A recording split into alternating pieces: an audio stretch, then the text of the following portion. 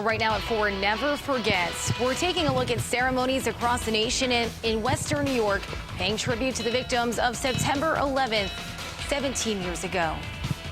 And across Western New York, we've got mainly cloudy skies, but we are tracking some changes on the way for the next several days. I'll let you know when they'll arrive coming up.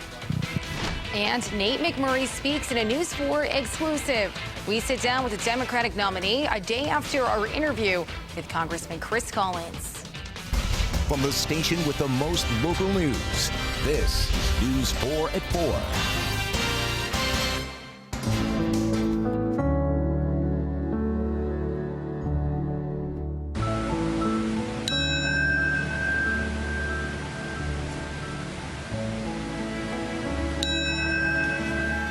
Right now, the country is remembering one of the nation's darkest days. Almost 3,000 people lost their lives 17 years ago when terrorists hijacked planes and crashed them into the Twin Towers, a field in Pennsylvania, and into the Pentagon. Relatives and survivors came together in Lower Manhattan to remember the lives lost during the 9/11 attacks. Crowds held moments of silence at 8:46 and 9:03 this morning, marking the times that the first and second planes crashed into the Twin Towers. People also paid tribute to those who died on Flight 77 that hit the Pentagon and those on Flight 93, which crashed into an open field near Shankville, Pennsylvania. And in Western New York, people are coming together for special tributes. Police and firefighters gathered in front of the City of Tonawanda Fire Department to honor first responders who made the ultimate sacrifice that day. And first responders, military personnel, and people throughout the area held American flags over the Scajaquada Expressway from 8:30 this morning until about 10:15. That's the time frame when the 4 planes were hijacked and crashed. About a dozen people were there with flags during the rainy ceremony. The only thing I can say about the rain is that for all of those that we lost, those 3,000 people, if you were to ask them if they would have wanted to have another rainy day in their life, I think they would have all said yes. Cars that drove by honked their horns to show their support. On Delaware Avenue, the front lawn of the American Red Cross building has been transformed into a sea of stars and stripes. Each of the 3,000 flags represents a life lost. And in Delaware Park, a memorial running from dawn to dusk is underway. News 4's Kelsey Anderson shows us this special remembrance. You'll see at least 2 American flags traveling around Delaware Park today until sunset to remember the nearly 3,000 lives lost 17 years ago. I was working at Engine 31 at Bailey and Doak in Buffalo, so we were sitting around the table at the firehouse when the first plane hit. Everyone has their story of where they were when this tragic scene played out in 2001. And Jeff Gray of Team RWB of Western New York, Red, White, and Blue, wants you to keep telling these stories and never forget. Today, 17 years after he watched everything unfold from inside a Buffalo firehouse, he helped run an American flag around Delaware Park to help us remember.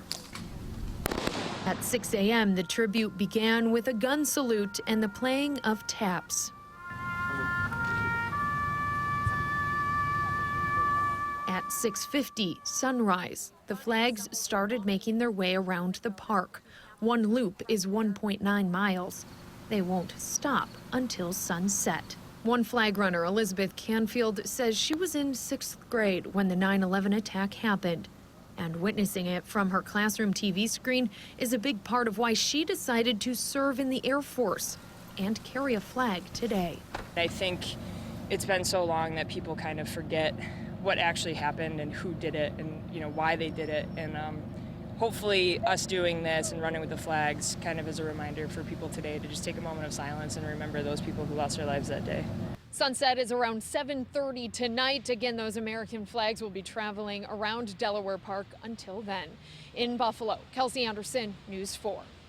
Kelsey, thank you. A very powerful scene. We have a full list of community events honoring the victims of 9/11 on our website, WIVB.com, and on our free News 4 app. Turning now to your forecast, let's take a live look over downtown Buffalo. It's a really gloomy day out there, but some changes are on the way. And Kaylee, I think that this weather that we've seen today is definitely representative of how Americans are really feeling today. Yeah, definitely a gloomy day out there today. We're seeing cloud cover really from start to finish this afternoon and into this evening. And I want to show you that on the satellite and radar right now. Not too much rain currently falling, but on the satellite, you will see some pretty thick clouds. Now, as we move through the remainder of the evening tonight, we're going from about now all the way through this evening. Those rain chances will likely diminish, again, heading into tonight and the overnight. We will see some fog likely taking place as we move through the overnight and early tomorrow morning. But after that, tomorrow, the chances for some rain showers are pretty slim. They are there throughout the warmest part of the afternoon, especially south of Buffalo. But as we get into the later portions of the day, those too will diminish.